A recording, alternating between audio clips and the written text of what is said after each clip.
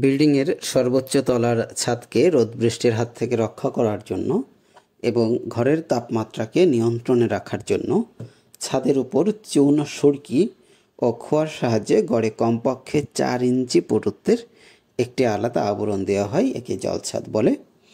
এই ভিডিওতে ট্র্যাডিশনাল ওয়েতে ও পিডব্লিউডির শিডিউল অনুসারে সঠিক নিয়মে জলছাদের কাজ স্টেপ বাই স্টেপ দেখাবো। তো চলুন শুরু করা যাক। প্রথমে চুন ফোটানোর জন্য প্ল্যাটফর্মের উপর পাথুরে চুন বা স্টোন লাইম স্টক করতে হবে। কোনো অবস্থায় পূর্ব থেকে পাউডারকৃত চুন ব্যবহার করা যাবে না।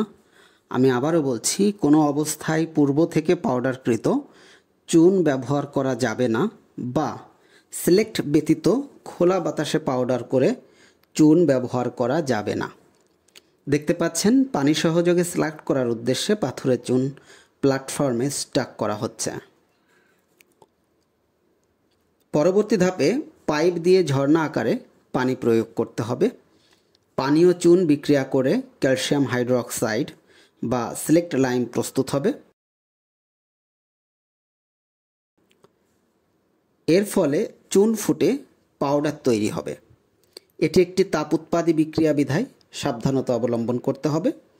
এভাবে চুন না ফুটিয়ে নিলে পরবর্তীতে চুন ফুটে কাঠামো ক্ষতিগ্রস্ত হবে। পিডব্লিউডি শিডিউল অনুসারে এভাবে পানি প্রয়োগ করে 3 দিন রেখে দিতে হবে। 3 দিন পর ফুটে যাওয়া চুন চালুনি দিয়ে চেলে মশলায় ব্যবহারের জন্য প্রস্তুত করতে হবে। অনেক সময় খোয়ার সুরকি বিছিয়ে তার উপরে চুন ফোটানো হয়, যা মোটেও সঠিক পদ্ধতি নয়।